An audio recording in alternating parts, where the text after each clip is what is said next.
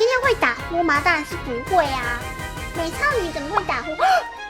完了，但是花花会打呼怎么办？我没有，我不是说花花的坏话，我不是说花花不是美少女，我不可以跟花花说，是我们的秘密。完了，内讧了，我们要拆火了，拆火。